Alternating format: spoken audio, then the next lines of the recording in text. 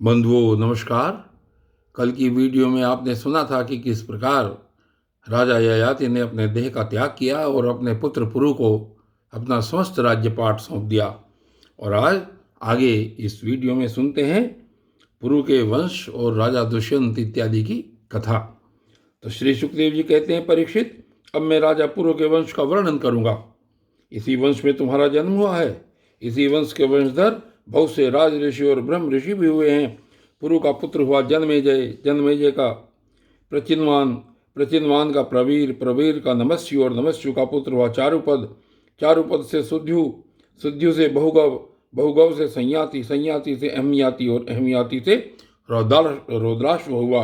परीक्षित, जैसे विश्वात्मा प्रधान प्राण से 10 इंद्रियां होती हैं, वैसे ही घृताची अप्सरा के गर्भ से रौद्राश्व के 10 पुत्र हुए। ऋतेयु, कुक्षेयु, स्तंडलीयु, कृतयु, जलेयु, संततियु, धर्मेयु, सत्ययु, व्रतेयु और सबसे छोटा वनेयु। परीक्षित, उनमें से ऋतेयु का पुत्र रंतिभार हुआ और रंतिभार के 3 पुत्र हुए, सुमति, ध्रुव और अप्रतिरथ। अप्रतिरथ के पुत्र का नाम था कण्व।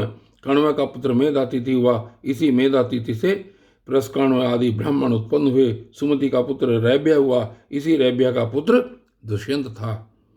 एक बार दुष्यंत वन में अपने कुछ सैनिकों के साथ शिकार खेलने के लिए गए हुए थे। उधर ही वे कण्व मुनि के आश्रम पर जा पहुंचे। उस आश्रम पर देव माया के समान मनोहर एक स्त्री बैठी हुई थी। उसकी लक्ष्मी के समान अंग कांति से वह आश्रम जगमगा रहा था। उस सुंदरी को देखते ही दुष्यंत मोहित हो गए और उससे बातचीत करने लगे। उसको देखने से उनको बड़ा आनंद मिला। उनके मन में काम वासना जागृत हो गई। थकावट दूर करने के बाद उन्होंने बड़ी मधुर वाणी से मुस्कुराते हुए उससे पूछा, कमल दल के समान सुंदर नेत्रों वाली देवी, तुम कौन हो और किसकी पुत्री हो? मेरे हृदय को अपनी ओर आकर्षित करने वाली सुंदरी, तुम इस निर्जन वन में रहकर क्या करना चाहती हो? सुंदरी, मैं स्पष्ट समझ रहा हूं कि तुम किसी क्षत्रिय की कन्या हो, क्योंकि गुरुवंशियों का चित्त कभी अधर्म की ओर नहीं झुकता। शकुंतला ने कहा, आपका कहना सत्य है। मैं विश्वामित्र जी की पुत्री हूँ। मेनका अप्सरा ने मुझे वन में छोड़ दिया था। इस बात के साक्षी हैं मेरा पालन पोषण करने वाले महर्षि कण्व। वीर शिरोमणि, मैं आपकी क्या सेवा करूं? कमल नयन, आप यहाँ बैठिए और हम जो कुछ आपका स्वागत सत्कार करें उसे स्वीकार कीजिए। आश्रम में कुछ निवार यानी कि 3 निगाह भात है।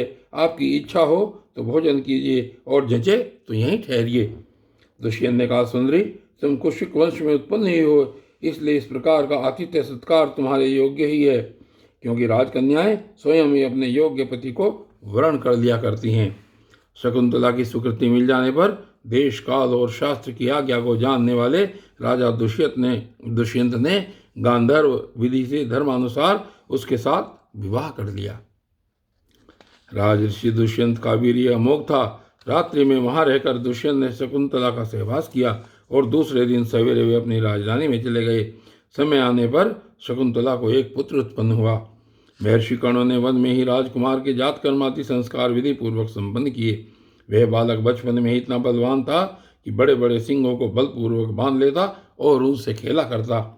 वह बालक भगवान का अंशांश अवतार था।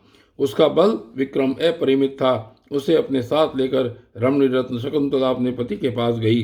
जब राजा दुष्यंत ने अपने निर्दोष पत्नी और पुत्र को स्वीकार नहीं किया, तब जिसका वक्ता नहीं दिख रहा था और जिसे सब लोगों ने सुना, ऐसी आकाशवाणी हुई, पुत्र उत्पन्न करने में माता तो केवल धोखनी के समान है।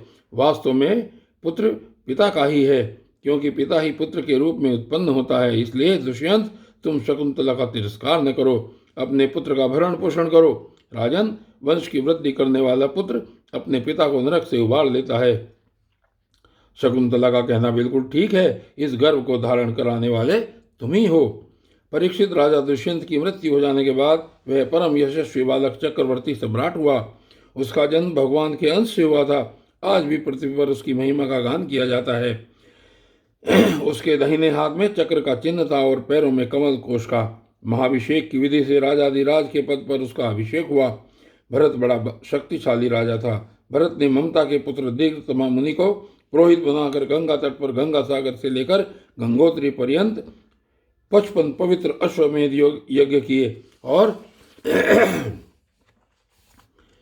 इसी प्रकार यमुना तट पर भी प्रयाग से लेकर यमुनोत्री तक उन्होंने 78 अश्वमेध यज्ञ किए। इन सभी यज्ञों में उन्होंने अपार धन राशि का दान किया था। दुष्यंत कुमार भरत का यज्ञीय अग्नि स्थापन बड़े ही उत्तम गुण वाले स्थान में किया गया था। उस स्थान में भरत ने इतनी गौवें दान दी थी कि 1000 ब्राह्मणों में प्रत्येक ब्राह्मण को एक एक बटु एक बद्ध यानी कि 13,084 गौवें मिली थी। इस प्रकार राजा भरत ने उन यज्ञों में 133 यानी कि 55 जमा 78 घोड़े बांधकर 133 यज्ञ करके समस्त नरपतियों को असीम आश्चर्य में डाल दिया।